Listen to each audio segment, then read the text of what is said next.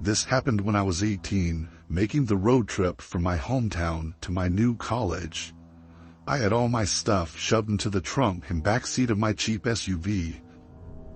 This was not only my first long road trip alone, but was also going to be my first time being away from my family for an extended amount of time, so my nerves were reasonably high. Anyway, the directions I was taking said it was 600 miles total, which I split into 2 days of driving. I was taking whatever route the maps had me take, and it estimated I'd make it to the hotel at 11 p.m., but with possible traffic, gas stops, and getting food, I knew I'd likely get there much later. By 7, the sun was fully gone, and most of the cars were gone too. Every once in a while a car would pass by, and I'd see their headlights slowly fade out in front of me, but for most of the drive, it was just me. This actually made me really tired and bored. Around 10, I decided I'd stop at the next gas station before making the final stretch of the drive. About 10 minutes later, I exited the road and entered a gas station. Being so far out, this wasn't a town or anything. It was literally just a gas station with a few pumps and a tiny convenience store. I didn't see any other cars on the road or in the lot, and not even any lights from any nearby houses or buildings in the distance. I pulled right up to a pump and got out to start topping off my tank, and as I looked around, I almost got jump scared by a guy walking up to me. In comparison to myself, he was much older, probably 50s if I had to guess, and he honestly looked homeless. But regardless, being approached out here wasn't something I was expecting, and his short smile didn't make me feel any more comfortable. "Hi, do you need something?" I said, hoping he wouldn't walk any closer. The man stopped a few feet from my car and looked around almost cautiously before responding. "Take the exit back onto the highway." I looked at him confused, not sure if I was understanding him right. He pointed behind me at the exit I came from and repeated himself, "Take the exit back onto the highway." After a second, I said okay, then the man walked off, but I was still really confused. The exit I came from that he wanted me to take again was a one-way road, so by his logic, he wanted me to drive on the wrong side of the road and do a U-turn back onto the highway. It just didn't make any sense. I looked out at the entrance road, the obvious one that I was supposed to take, and there were no signs of any construction or anything blocking it. It just looked like an empty ramp back onto the highway.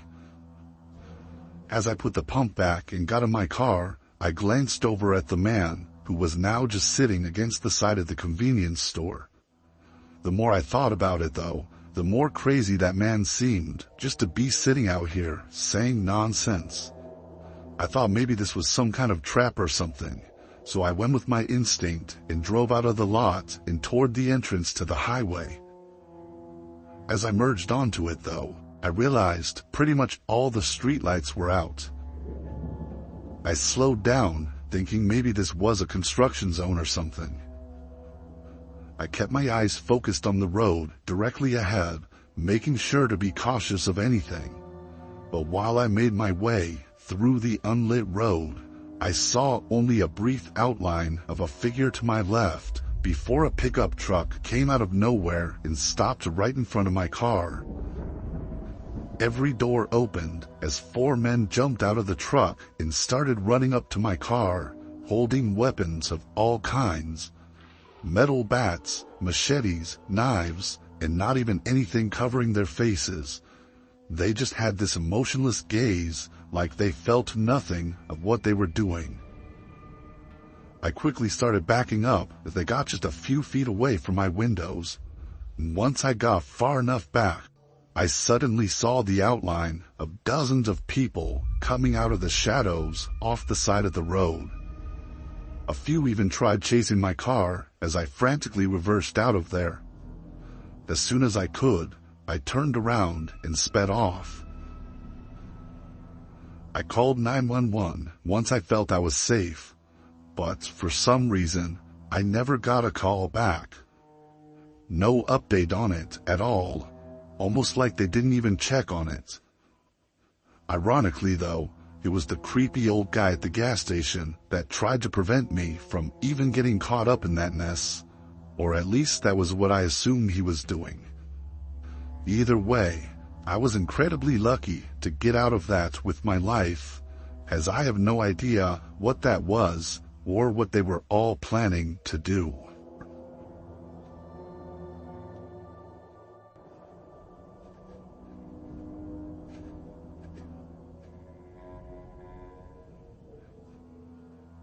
It was a typical Friday after my college classes were out, and I was spending the night doing DoorDash.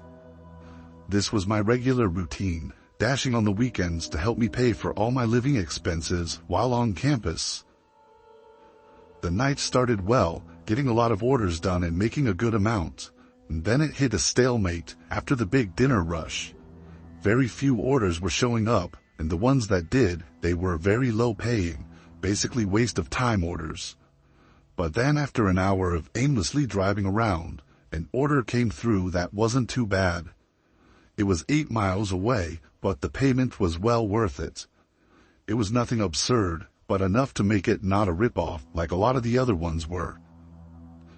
I accepted the order and ran into the restaurant to grab the bag, then hopped in my car and started driving.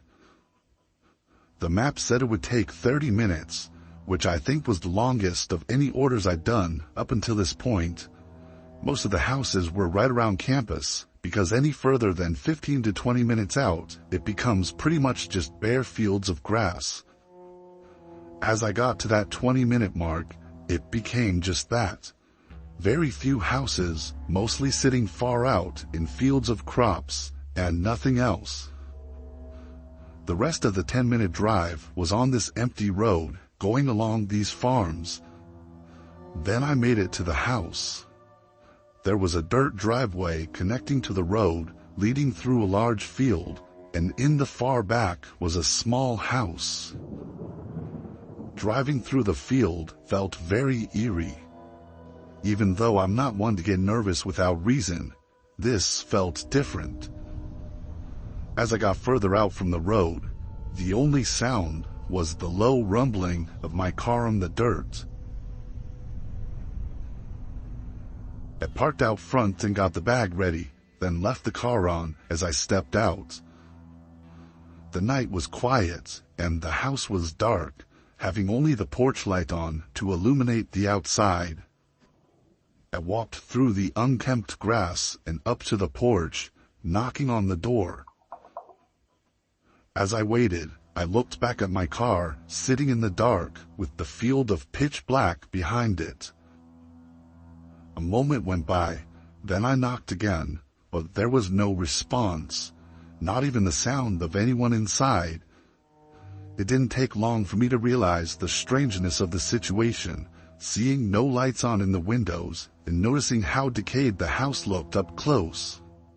The only thing that made me think it couldn't be abandoned was that I had an order for this address, and the porch light was on. I looked at the light, thinking, why would that be the only light?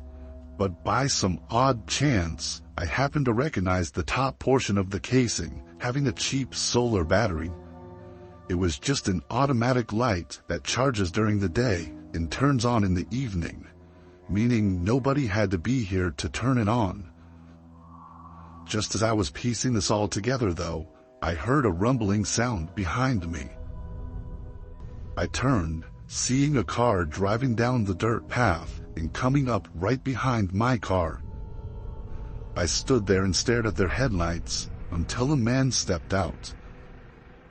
I yelled from the porch, asking if this was his order, but he didn't reply. He just stood right next to his car and didn't move or speak. I felt my adrenaline spike as I began realizing how horrible this situation likely was. The silence of the night only reminded me that there was nobody here to help.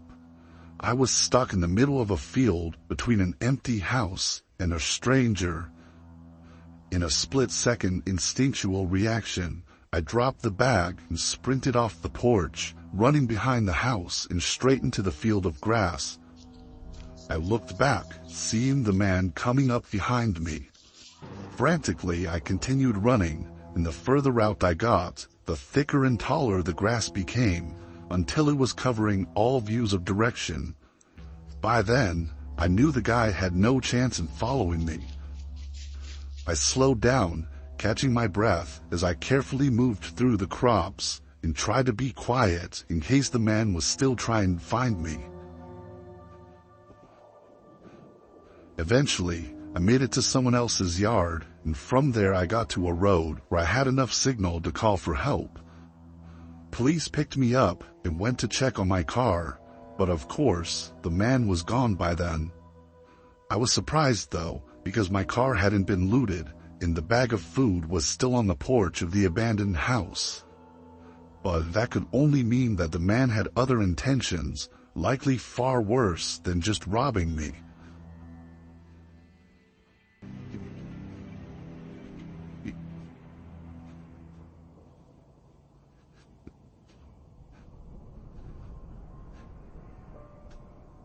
I was delivering a truckload to a company on the far west coast, coming from the east coast. The route across the country is one I've taken many times before, being a truck driver for almost 20 years. It's always the same every time I make one of these drives. Same roads, same truck stops, and same everything. Over these 20 years though, I've never really had anything crazy happen. I've had a few odd scenarios, but they'd never amounted to anything. So when I was driving this route again, I had no worries in my mind. It was just another day on the job. About 20 hours into the route, a storm started coming over and slowing down my driving. It was late too, so by then I was already looking for the next truck stop to sleep at. As I drove though, a very sudden light appeared behind me. The road I was on was flat and straight, so I would have seen them coming in my mirror, but it was all of a sudden that they were right behind me. Maybe they had just turned on their lights or something. I didn't know, but they very quickly came right up to the back. I kept my eyes on them until they got so close that they were completely covered by the trailer. All I could see were their headlights reflecting off the back. But then their lights shut off. I maintained my speed and kept looking back at my mirrors, trying to see if they were still behind me, but I had no way to know. For someone to turn off their lights in the middle of a heavy storm was insane though, and to be tailing behind me so close was just as insane. Thankfully, the sign showed a truck stop was only 5 miles ahead, so at least I knew I was close to getting away from whatever this was. I didn't want to jump to conclusions based on just some weird behavior, but as a trucker, it's hard not to think about the possibility of it being an attempted robbery, especially when alone on the road at night. For the rest of the 5 miles, I saw no signs of them behind me. I was still on edge because I couldn't really see anything anyway, but I started feeling less worried as I was coming in on the truck stop. I pulled in, trying to check my mirrors to see if they followed, but with the rain and lack of lighting, it was really too hard to tell. The truck stop was mostly empty though, aside from a few trucks at the gas pumps. I pulled off to the side and parked in the middle of the lot. After waiting a minute and getting some of my stuff organized, I opened the truck door and leaned my head out, looking along the side of the trailer. I was drenched from the rain in just a matter of seconds, but from what I could tell, there was no car behind me. I closed the door and finally felt a bit of relief, grabbing my pillow and blanket from the passenger side. I locked the doors, turned off the truck, and tried to get some shut-eye.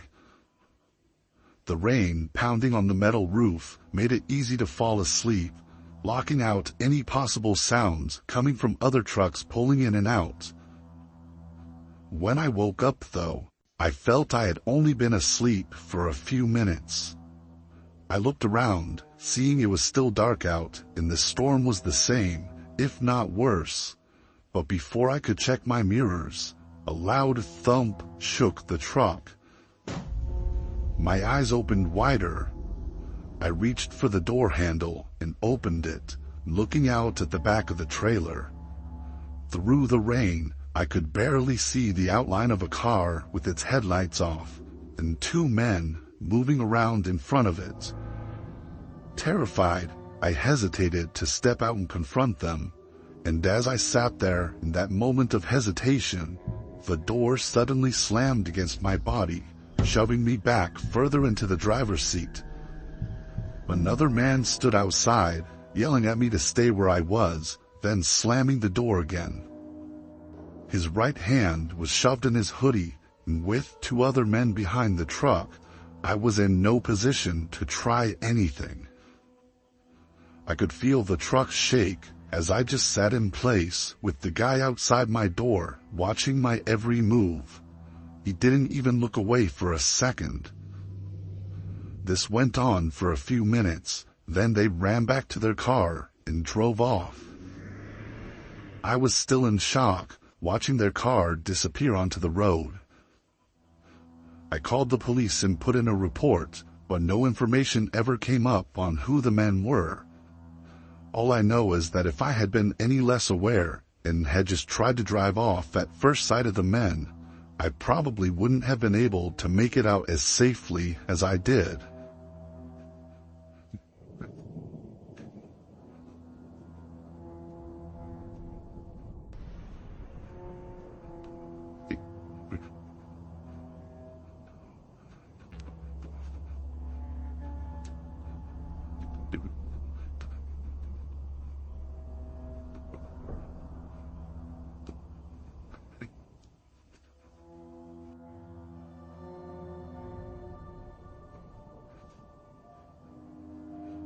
This happened during a road trip I was taking on the way back from seeing my family for the holidays.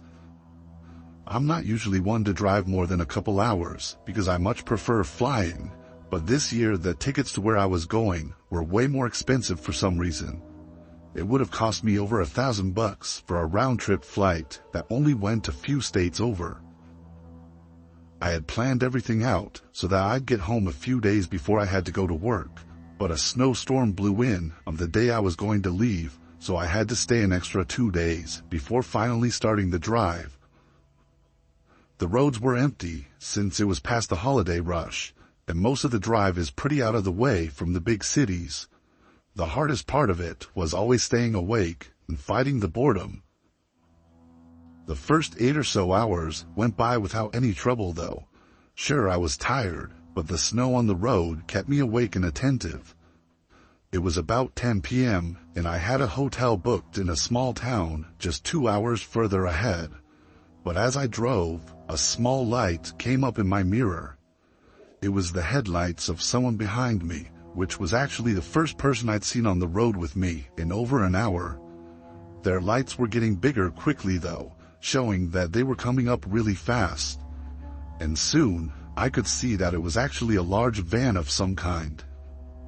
It was only a one-lane road, so I couldn't get out of their way, but I figured they would still swerve around me, given they were going so fast. Once they reached the back of my car though, they matched my speed and stayed behind me. After a few seconds, I realized they weren't trying to get around me, and we drove like that for almost 10 minutes. It was kind of unnerving, being that it was only us on the road, and yet this huge van was trailing right behind me. It wasn't a normal following distance either. They were so close that I couldn't even see their front bumper or license plates in my mirror. Maybe I was quick to feel uneasy about it, but an exit came up for a gas station, and I chose to turn off, hoping they would stay on the road and that I could put some distance between us. But as I veered off and down the exit ramp, they stayed right behind me. I pulled into the gas station and parked at one of the pumps as the van pulled into the pump behind me. At this point, I just didn't know what was happening. Part of me thought that this was something bad, but another part of me thought I was just overreacting. I knew that this was the only gas station in the past 30-ish minutes, so it wasn't all that unlikely that they would also need gas. Before getting out to fill up my tank, I shut my car off and looked around. The store part of the gas station had its lights off and a closed sign hanging from the door. I looked to the sides of it, seeing nothing but empty darkness. No houses, no buildings, just a field covered in snow with a single road going through it. I looked in my mirror. A man was now standing outside of the van and putting gas in, so I got out and began doing the same. As the numbers slowly ticked on the gas meter, the man quickly put his pump back and sealed his gas cap. I looked over, seeing him walking to the back of his van. Then I heard the loud ratcheting sound of the back door being lifted open. There was something in that moment, maybe a gut feeling, or just an instinct of some kind, that told me to get out of there. I pulled the pump out of my car, and not even a second later, 3 men were sprinting at me from around the back of the van. I dropped the pump on the ground and quickly got in my car, locking the doors just as one of them grabbed the handle and tried to rip it open. I was shaking and moving as quick as I could to get the car on. All 3 of them went around trying each door, but then immediately sprinted back to their van before I'd even had the chance to pull away. When I did, though, I saw them drive away soon after, going in the opposite direction, down the way we had come from. I let the police know what happened, but never even got a call back with any updates.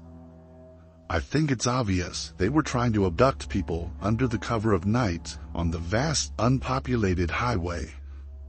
What's terrifying is how confident and, for lack of a better word, professional the whole operation was. It seemed that as soon as they realized I was securely in my car and it wasn't going to be effortless, they fled the scene without even needing to communicate with each other. It was like they had done it many times before. What would have happened if they'd gotten me? I don't know. But I urge everyone to learn from my mistakes, because you may not be as lucky as I was.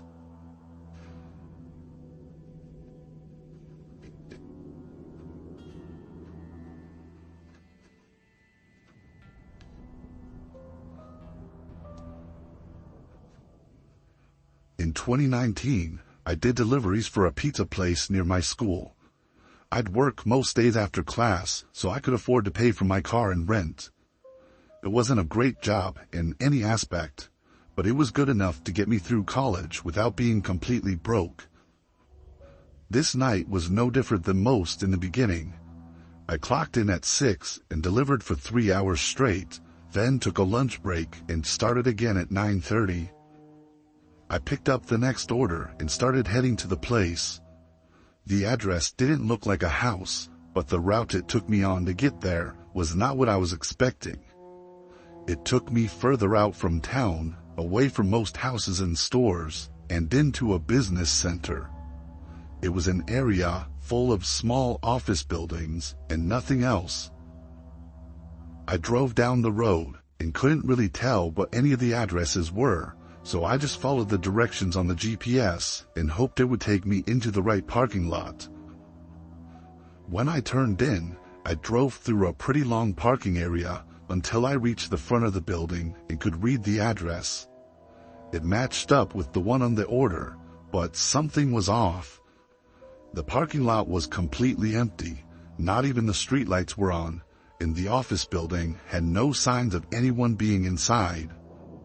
I double-checked the address, thinking there must have been a mistake, but it all checked out. I even tried searching it on Google for any places nearby with the same address, but no, this was it. I set my car in park and got out, glancing around before walking up to the door. It was a glass door with a dark tint covering it. I knocked, then took a step back and waited. It only took a moment before the door opened. It was a middle-aged man wearing very casual clothes and holding a small grin on his face. He suddenly got overly excited and said he was happy the food had finally arrived and that everyone was hungry. I looked behind him, not seeing anyone else, and only a single light on in the middle of the hallway. But I ignored it and just told him his total. He must have realized what I was looking for though, as he quickly explained that everyone else was in the rec room on the 3rd floor for a company party.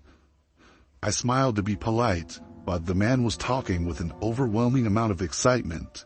So much so that it almost felt like he had to be faking it. He pulled out his wallet and handed me cash for the pizzas, along with a $10 tip. But as I took the money, he asked me for a favor. He wanted help bringing the pizzas up to the 3rd floor. The man had put me in a strange position. Having taken the generous tip already, it felt like it would only be right to help him. On the other hand though, carrying a few pizzas isn't exactly difficult, and it didn't seem necessary by any means. He started walking without me having answered yet, urging me to follow him as he made his way to a door leading to some stairs. I trailed behind, keeping my distance but following him into the stairwell. As I entered though, I felt a cold rush of air and noticed all the lights were off. Only the small light from the hallway lit the entrance to the stairs. The man started making his way up, but stopped once he realized I hadn't continued following him. He turned and made a humorous remark about the lights, but his grin was quick to leave once he saw that I wasn't going to follow him anymore. There was no hesitation as he came rushing down toward me with anger in his eyes. I tossed the pizzas on the ground, rushing out of the door and into the hallway, then running for the exit and bolting to my car. I saw the man come partly out of the front doors before going back in and slamming them shut. I immediately called the police after driving to a different parking lot. The man had run off by the time they got there, and since he paid in cash, there was no way to know who he really was.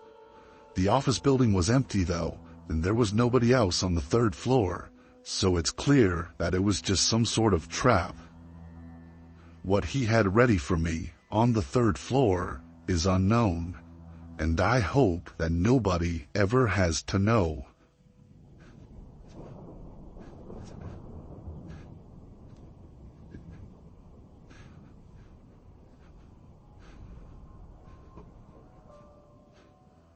I work for my dad at his small construction business.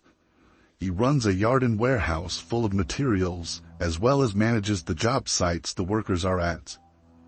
Since I was only 17 at the time, my job was to basically be the errand boy. I'd drive materials back and forth and pick up anything that was needed. Depending on the job though, some materials would need to be there before workers arrived, because they would need them so they could get to work right away in the morning. So every once in a while, during busy weeks, I'd have to start work really early, like 2 or 3 a.m., to make sure I could drop everything off in time. Obviously, this was only during the summer, when I didn't have school, so I really had no excuse for not being able to work. I liked doing the deliveries early though, because it was calm and I didn't have to deal with anyone telling me what to do. On this day, I arrived at the warehouse at 3 a.m. and loaded up, then started making my way to the job site. It was a repair job on an old, maybe even abandoned, building at the edge of our town. When I got there, I saw a truck parked right outside. Its lights were off and it didn't look like anyone was nearby. It was way too early for anyone to be working, so I wasn't expecting to see any cars here. I parked and got out, walking up to it and seeing that it wasn't a company vehicle either. The windows were tinted and I couldn't see inside. I turned and looked at the building, trying to see if anyone was here. I called out, asking if anyone was inside, but got no response. Feeling a little weird about it, I pulled out my phone and called my dad. It rang for a minute, then went to voicemail. Figuring it was probably just a worker's personal truck that they'd left there, I went back to my truck and started unloading the materials. It took probably an hour, then I got back in and started to drive off. As I left the area though, I looked in my rearview mirror, and suddenly, the truck's lights turned on. I practically slammed on my brakes, stopping on the side of the road and watching as the truck started to back out. Someone was in there the whole time. Knowing that, I was sure that it couldn't have been a worker because they definitely would have responded to me. I sat and watched as they made their way out of the parking area and onto the road. I grabbed my phone and quickly dialed my dad's phone number again. While I waited for him to pick up, I looked over, seeing the truck had stopped right next to me. I stared at their window, knowing someone behind it was probably staring at me. I tossed my phone on the seat and started to drive forward, but the truck was quick to match my speed and prevent me from getting back onto the road. But there was nowhere else for me to go. To my left were trees, and to my right was this truck blocking my way. I started to panic, putting the car in reverse and trying to back up. The truck did the same until they tapped to the side of my car, making me lose control and slide completely off the shoulder and hit the side of a tree. The truck quickly stopped right at the top of the road as if they were going to get out, but then their brake lights suddenly turned off again as they put it back in drive and sped away. Just 20 seconds later, another car pulled up to the side of the road and a man got out and ran up to me, asking if I was okay. I didn't know his name at the time, but it was one of the workers that was just arriving at the job site. He only saw the last bit of what happened, but said he recognized the other truck as Samuel's, who was another worker my dad had hired a few months ago. As it turned out, a bunch of tools and materials were missing from the job site, adding up to almost $10,000. And that's only from that one night. He could have been slowly stealing a few things at a time over the past few months. I think what happened that night, though, was that Samuel thought that by me seeing his truck, it would eventually all get traced back to him and he'd get caught, so he tried to stop me. I don't know what he would have done to me, but considering I was the only witness, it's likely that he wouldn't have gotten caught as long as I was never seen again. Unfortunately though, his name and everything else didn't add up to anything, and it was likely he was either an illegal immigrant or some kind of felon that went through the effort of getting fake or stolen IDs and work documents.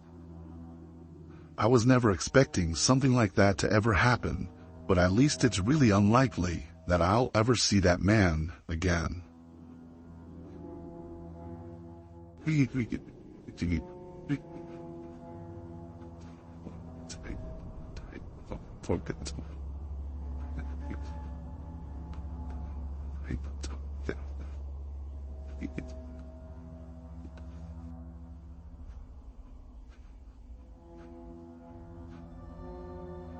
I take the same route every single day, in and out of the city.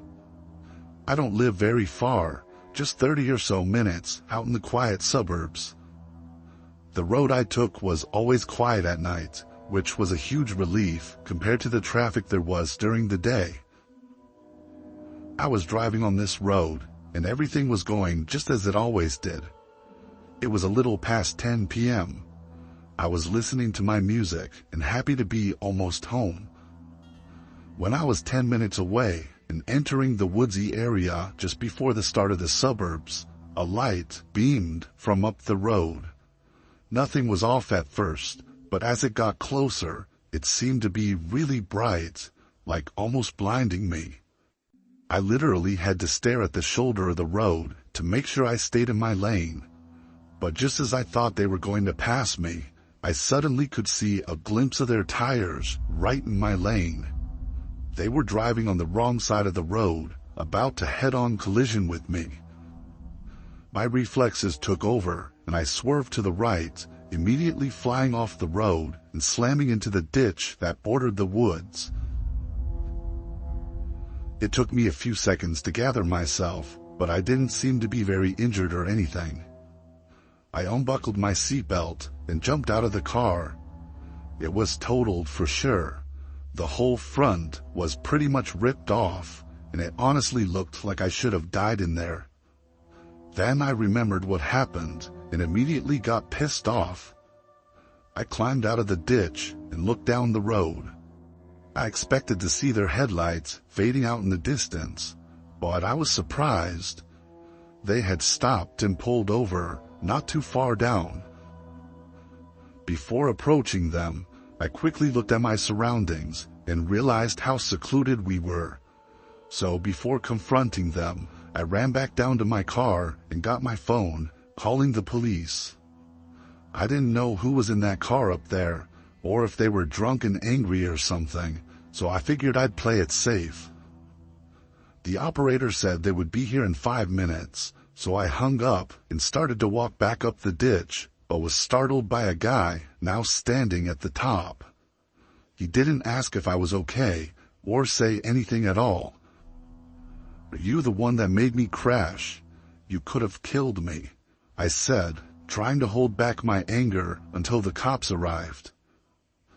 He still didn't speak, but the light from his car on the road suddenly started getting brighter and coming toward where he was standing. I was still in the ditch, but could see that it was the same car and someone else was driving it. They backed up right to the edge of the ditch. Then the driver door swung open and another guy got out. The two men started talking in a different language. I think it was Russian or German. I'm not good with languages, but it had that aggressive sound to it. As they talked, the one guy rushed around to the back of the car and threw open the trunk, but instead of grabbing anything, he turned to face me. Both of them immediately came running at me down into the ditch. It didn't take me more than a split second to put the pieces together. I turned around and sprinted into the woods as the men ran around my car and continued chasing me. They were both large and heavier looking men, so after a good minute of sprinting, I'd lost them. Now I was in the middle of the woods with absolutely no light to see where I was going. I didn't even know which direction was which. With no sounds of the men nearby, I aimlessly wandered through the trees. I wasn't trying to get back to the road while the men were still around, but I also didn't want to get completely lost so that the police wouldn't be able to help me. After only a couple minutes of walking, though, I could hear the sirens in the distance to my left. I followed the sound, leading me straight to the road, where I could see the cop car at the top of the ditch and 2 officers inspecting my car. There were no signs of the men anywhere. I explained what happened, and they wrote down a report, but the follow-up investigation was minimal, since only their description was to go off of. Nothing was stolen from my car, though. It's pretty blatant that they were trying to throw me in their trunk, but whether that was planned before or after the crash is unclear. Maybe they made a mistake and were trying to cover it up, or it could have all been just as they intended.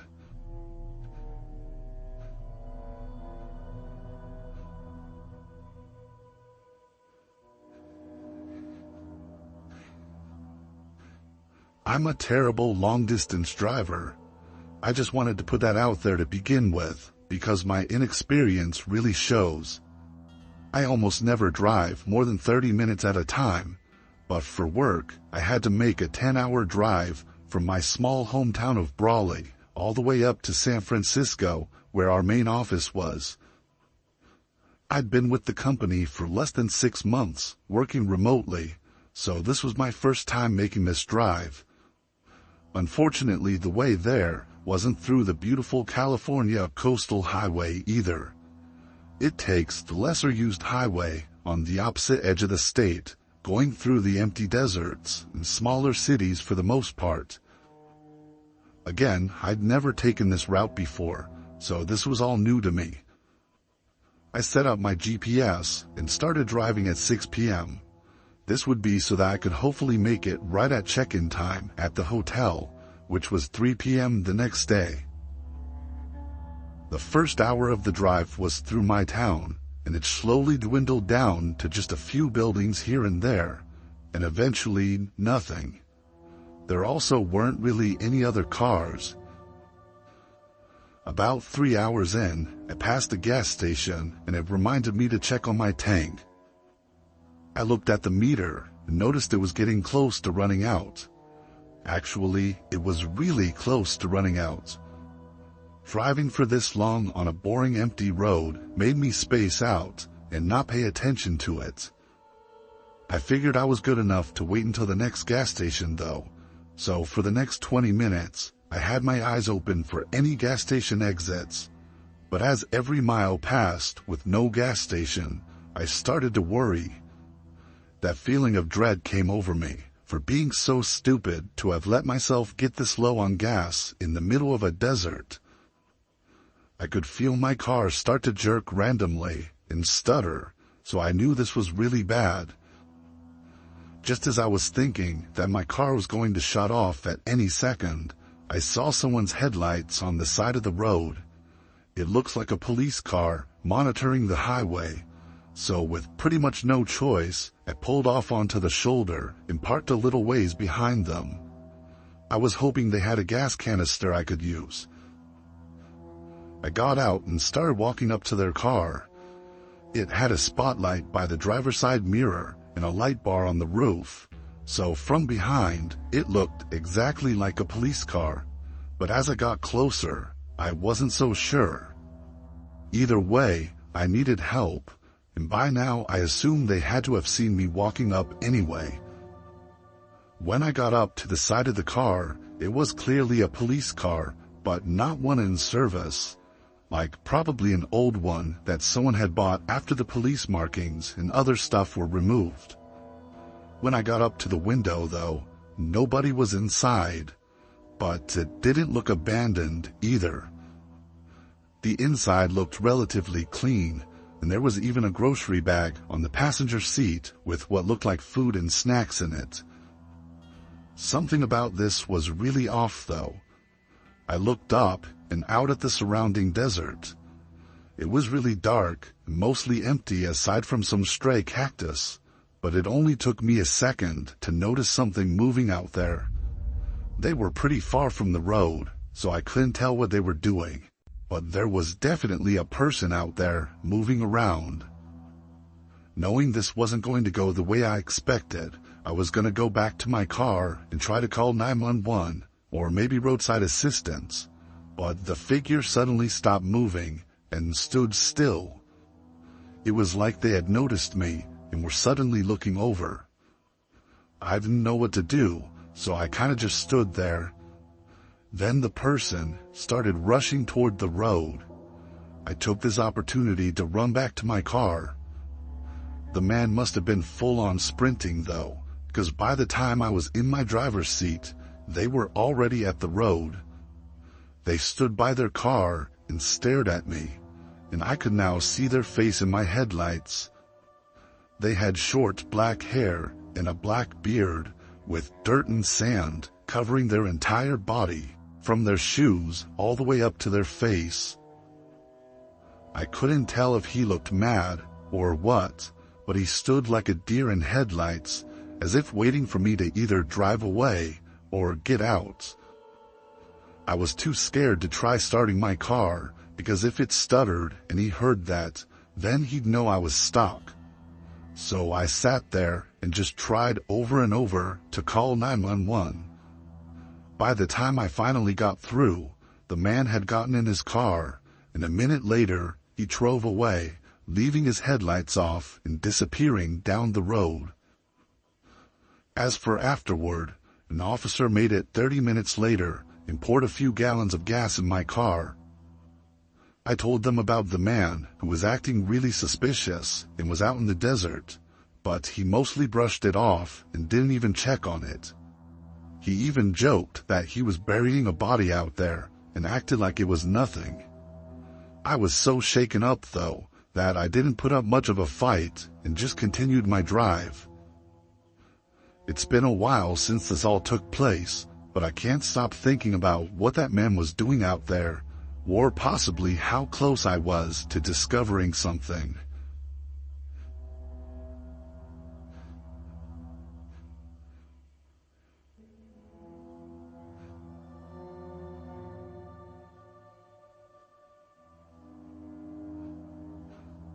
My name is John. I'm 23. I work at a 24/7 bar in my town that's known for our pizza and drinks. We don't really have any other food options, but people seem to enjoy it anyway.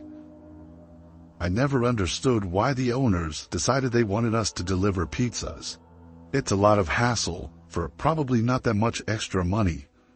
But since we didn't really get that many delivery orders, I was always the only driver during the 10 p.m. to 6 a.m. shift.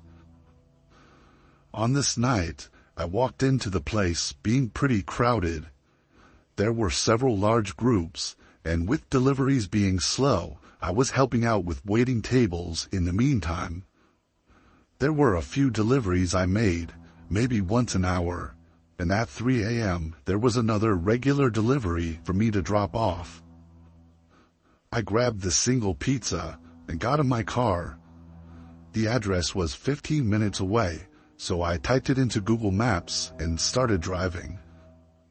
Everything up until this point was completely normal. This was just like any other delivery, and honestly, I was happy to get out of the crowded bar and onto the quiet roads. While driving, though, I got caught off guard when my Google Maps suddenly said I'd arrived. I wasn't even in a neighborhood. I pulled over on the curb and tried to figure out where I'd gone wrong. But double-checking everything, this was the address that was on the order. It was for the entrance to a forest preserve or park or something. There weren't even any houses nearby that it could have been mixed up with, so I called the customer's number. It rang for less than a second before they picked up. "Hey, this is John. I'm just trying to deliver your pizza, but I think you've given us the wrong address." There was a strangely long pause as I could hear the guy breathing into the phone before he described my car and said to look to my left.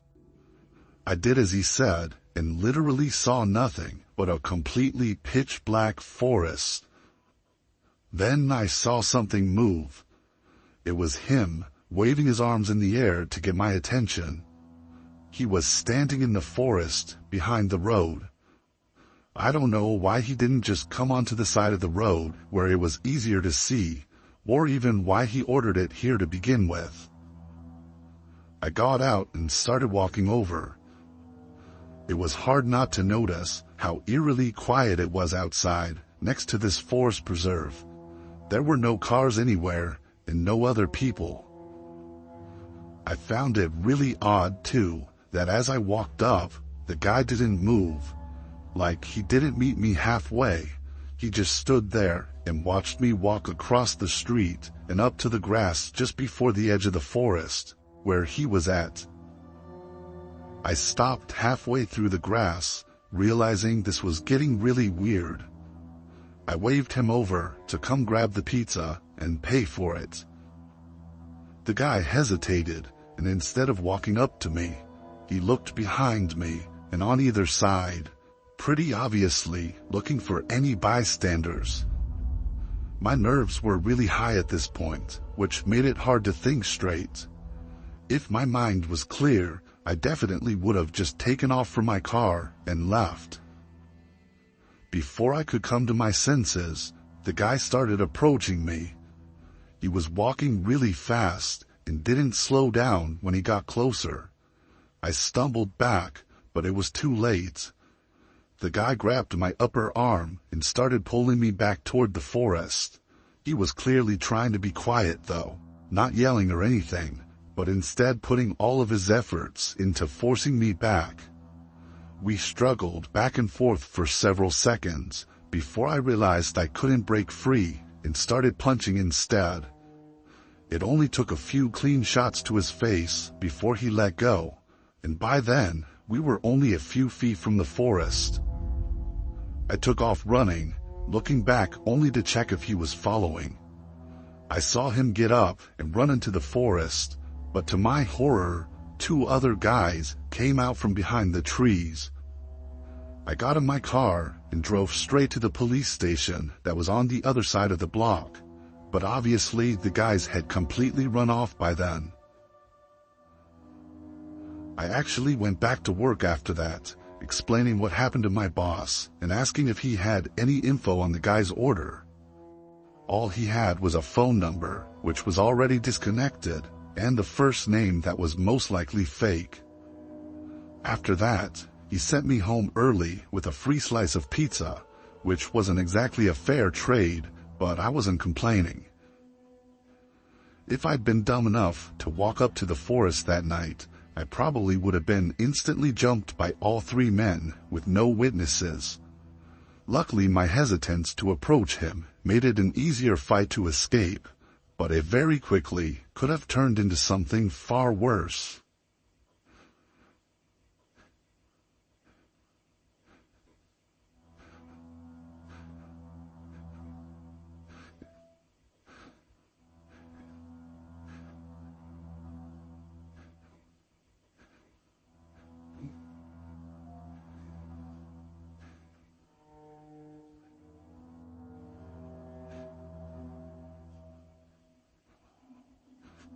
This was a pretty normal night for me.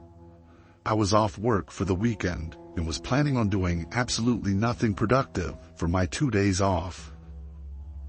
I had some snacks and drinks set up on the table by my couch, and I was watching some silly movie to pass the time. It was storming outside, and it was actually a lot worse than it usually was around here. The lightning was really loud, like it was touching ground less than a mile away. I usually find comfort in rainy weather, but this was a bit much even for my taste.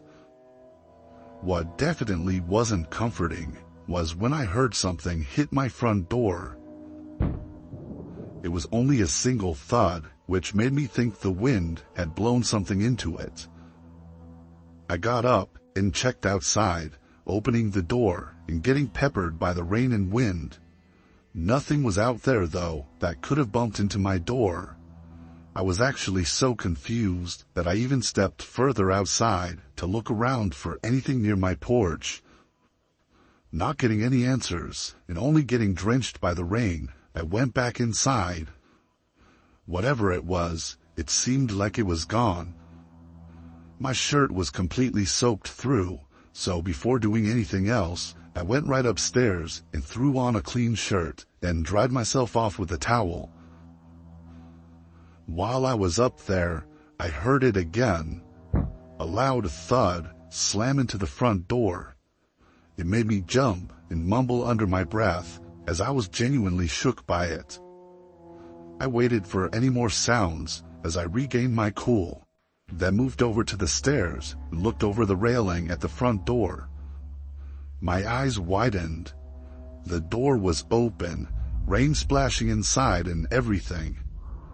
I quickly ran over and shut it as best I could, but the handle was all messed up. I still had no idea what happened. Honestly, I thought there was a tornado or something. Of course, I quickly realized that this was far more horrifying than I thought.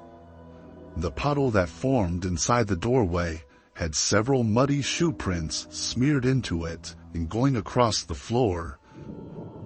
With the door loosely sitting in the frame, I left it and started to follow the path of mud and water through the hallway. I don't know why, but for some reason I felt like I was trapped in there with whoever was inside. I know now that I should have just run away immediately. But in the moment, I think the fear and adrenaline had me acting out of character. When I turned around the corner, which led to the family room. A pair of old, soaked boots were scattered on the floor, and the shoe prints I was following ended. I looked up. The lights were off in this room, and it only had a small couch and a sofa chair, which I knew they had to be hiding behind one of them. It was only then, as I stared into the pitch-black room, standing only a few feet away from an unknown person, that I realized I needed to get out of there ASAP. I quickly got my phone from the couch in the living room and ran outside into the storm, then found a tree to stand under as I called 911. It took several minutes, but eventually they came. 4 officers went into my home, and a minute later they came out dragging a man through the rain and into their car. He looked crazy. I don't know how else to describe him. His hair was long and his eyes were sunken in. What's even more disturbing was that after they locked him up in the car, I went back inside with an officer and they said they found him hiding under the couch. So that whole time I was staring into the dark room, he was probably staring right back at me. Even worse, we found a sledgehammer behind the couch he was hiding under. He obviously used it to break in, but what else he was going to do with it is unknown. Hopefully he stays locked up for a long time, otherwise I'll probably be living paranoid for the rest of my life.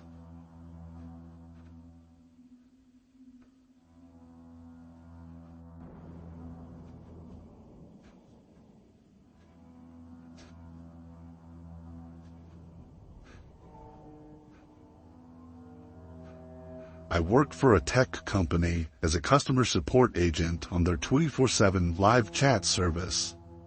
Because of the nature of the job, I get to work from home.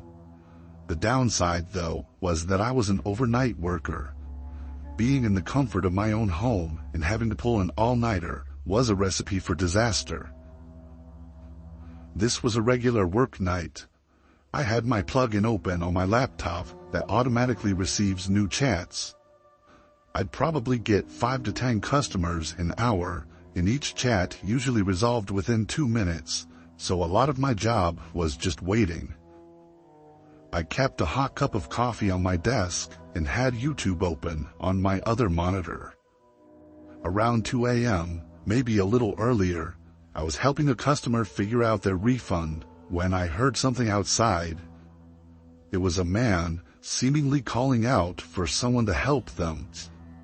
Something about it sent chills through me, as it sounded like they were right outside my house. Being in the middle of a chat, though, I couldn't get up to check who it was right away. Also, I wasn't even sure if I wanted to. I had a bad feeling. I continued to help the customer, hearing this man calling out in the background for several minutes. Once I was done, I decided to just look out the window and see what was going on. Whoever it was, though, I knew they couldn't possibly need help that bad if they were standing in the same spot for multiple minutes. I went downstairs, and after hearing them call out again, I realized they were somewhere near the back of my house. I went up to the window and peeked through the blinds. My backyard was fenced in, but standing right in the middle was some guy. He yelled a gun, but his body didn't move. It looked unnatural, as he was standing there, looking as if nothing was wrong. It was really dark, but I could tell he was wearing a hoodie and dark jeans. I figured it was probably best to just leave this guy alone. He was probably drunk or some kind of druggie. I left the window and went back upstairs. Almost as soon as I left, though, the guy stopped yelling. It kinda creeped me out, like he somehow knew I was there, but I hoped that it just meant he was leaving. A minute later, I got another customer to help. I started typing in my message, and before I could finish, extremely loud knocking suddenly came from downstairs. I could tell from the hollow plastic sound that it came from the back door. I knew it had to be that guy, which now made me nervous. What could he possibly want? Clearly, whatever it was, he wasn't going to leave without it. I quickly finished typing, then picked up my phone and reported the guy to the police. Then I went back downstairs. I looked down the hallway, and immediately, I could see him standing at the back door. His face was pressed into it as he stared through the door right at me. He started hitting the door again. I wasn't sure what else to do, so I kinda just stood there. After maybe 30 seconds, his face fell flat and he backed away. Then he walked through my backyard and climbed the fence. As I watched though, thinking this was all over, I could see his figure moving through the gaps in the fence panels, and that's when I noticed several more figures moving outside the fence. Police took my account of what happened, and I described the guy as best I could. I think it was a whole group plotting something. Maybe the one guy was just to get me to open the door, and the rest would come after. I really don't know. I just pray this was a random attempt, and not something they were specifically going after me for. If that's the case, then that might not be the last I see of them.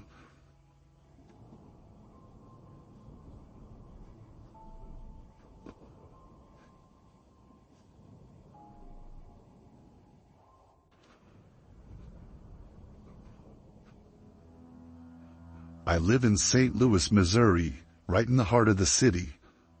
The high crime rate is no exaggeration, as there's new stories coming out every day about awful things.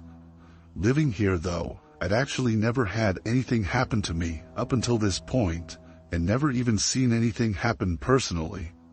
I always felt like whatever was going on was kind of outside of my life, so I try to go about life as normal. I worked for both Uber Eats and DoorDash, usually on my bike since I was in the city. This day I was doing mostly Uber Eats, and I'd started around dinner time. The weather wasn't great, cloudy and raining off and on, but it's part of the job sometimes, as the money's not going to make itself. Around 11, I found myself pretty far from my usual location in the middle of the city. With the rain getting worse, I was thinking about just biking back to kind of reset my location closer to home, but an order popped up that was too hard to refuse. $30 for a delivery 2 miles away. For reference, I was on the edge of the city where it merges into a more suburban area with small homes and large apartment buildings. It wasn't a nice area by any means, but it was nowhere I hadn't been before. I rode up to the restaurant and got the bag, then strapped it to my bike. As I was doing this, a car's headlights were lighting up the sidewalk I was on. It was parked a little ways down and had been there the whole time. I got on my bike and started heading out, and as I did, I saw the headlights move out and continue behind me. Just a coincidence, I assumed, but as I made a few turns and cycled into the neighborhood, that same car was still behind me. After a couple minutes, I made it to the apartment building that the delivery was for. I pulled up to the bike rack and swung my chain around it, and moments later the car pulled into the parking lot. Now I was freaking out a little. Maybe it was still a coincidence, but I was still a bit on edge about them possibly stealing my bike. I grabbed the order and hurried inside, trying to drop it off quickly. I went up to the second floor and got to the room, then knocked on the door. It was a cash payment, which a lot of people do around here, but was super inconvenient right now. As I waited for them to answer, I looked down the hallway. It was dimly lit and really run down, paint peeling on the walls, missing ceiling tiles, and even some mold near some of the doors. It was also oddly quiet for such a large building. Quiet enough for me to hear a couple people coming up the steps. I knocked on the door again, but kept my eyes fixed on the end of the hallway. I could feel my heart rate rising, like my body knew something was wrong about this. Then 2 men showed up at the end of the hallway. They were walking toward me, making eye contact, like they were staring me down. The person in the room still didn't open up, but I didn't know what to do. I tried to leave and walk past the 2 men, but they blocked the whole corridor and pushed me back. Then the doors swung open. Another man, clearly with these 2, helped force me into their room, slamming and locking the door with me inside. I was screaming for my life at this point, with no idea what was going on. They threatened me and took me into the bedroom, which was completely empty of anything. They tossed me in and locked the door. I sat there in the middle of the small empty room and just felt hopeless and terrified. I could hear the 3 men talking, and they said something about getting both of us into a car. Both of us. I didn't know what that meant. Then there was screaming. Not from the men though. It was from police officers yelling for them to open the door. From what it sounded like, the men didn't put up any fight. I was helped out not too long after, which was when I figured out what both of us meant. There was another victim in one of the other rooms. I guess 10 minutes before I got there, they had done the exact same thing to a different delivery person. They ordered it, followed them, and kidnapped them. A neighbor had heard the commotion and called for help, which is why the cops arrived so quickly. As far as what was going to happen, if nobody showed up, we can't say for certain. None of the men said a word about their intentions, so all the cops can do is assume based on any evidence they could find. Luckily, it seemed like this was their first attempt at something like this, so hopefully it'll be their last. I can't imagine what would have taken place if not for the neighbors saving us.